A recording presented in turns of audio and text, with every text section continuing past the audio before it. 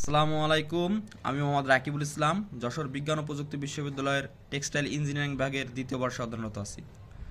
আজকে আমি আমার লাইফের কিছু এক্সপিরিয়েন্সের কথা শেয়ার করতে যাচ্ছি। প্রথম শুরুতেই বলতে হয় যে গত বছর আমাদের দেশের গ্লোবাল ওয়ার্মিংয়ের কারণে তাপমাত্রাটা মারাত্মকভাবে বেড়ে গেছিল। তো তখন আমি এবং আমার বন্ধুরা সিদ্ধান্ত নিয়েছিলাম যে আমাদের ক্যাম্পাসের আশেপাশে, শহরের আশেপাশে যত ফাঁকা জায়গা আছে সেখানে বৃক্ষরোপণ করা যায় কিনা। আলহামদুলিল্লাহ আমরা সেই প্রচেষ্টা সফল হয়েছিলাম, আমরা বেশ কিছু বৃক্ষরোপণ করছিলাম।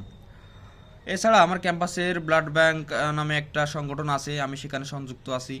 তো চেষ্টা করি যার রক্ত প্রয়োজন যত দ্রুত সম্ভব আমরা সেখানে রক্তটা পৌঁছে দেওয়ার। আমি বেশ কয়েকবার নিজেও রক্ত দিয়েছি।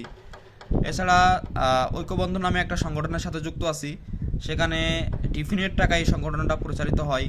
তো গ্রামের বা শহরে যত শীতার্ত বা অসহায় মানুষ আছে তাদেরকে আমরা যতটা সম্ভব হেল্প করার ট্রাই করি।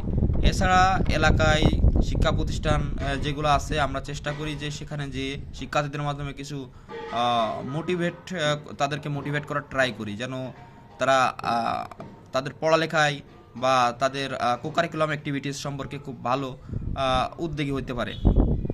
তো লাইফের এই এক্সপিরিয়েন্সগুলাই আমাকে সামনে আগাবার অনুপ্রেরণা দেয়। এইগুলোই ছিল আমার লাইফের অন্যতম সেরা কিছু এক্সপিরিয়েন্স। ধন্যবাদ সবাইকে।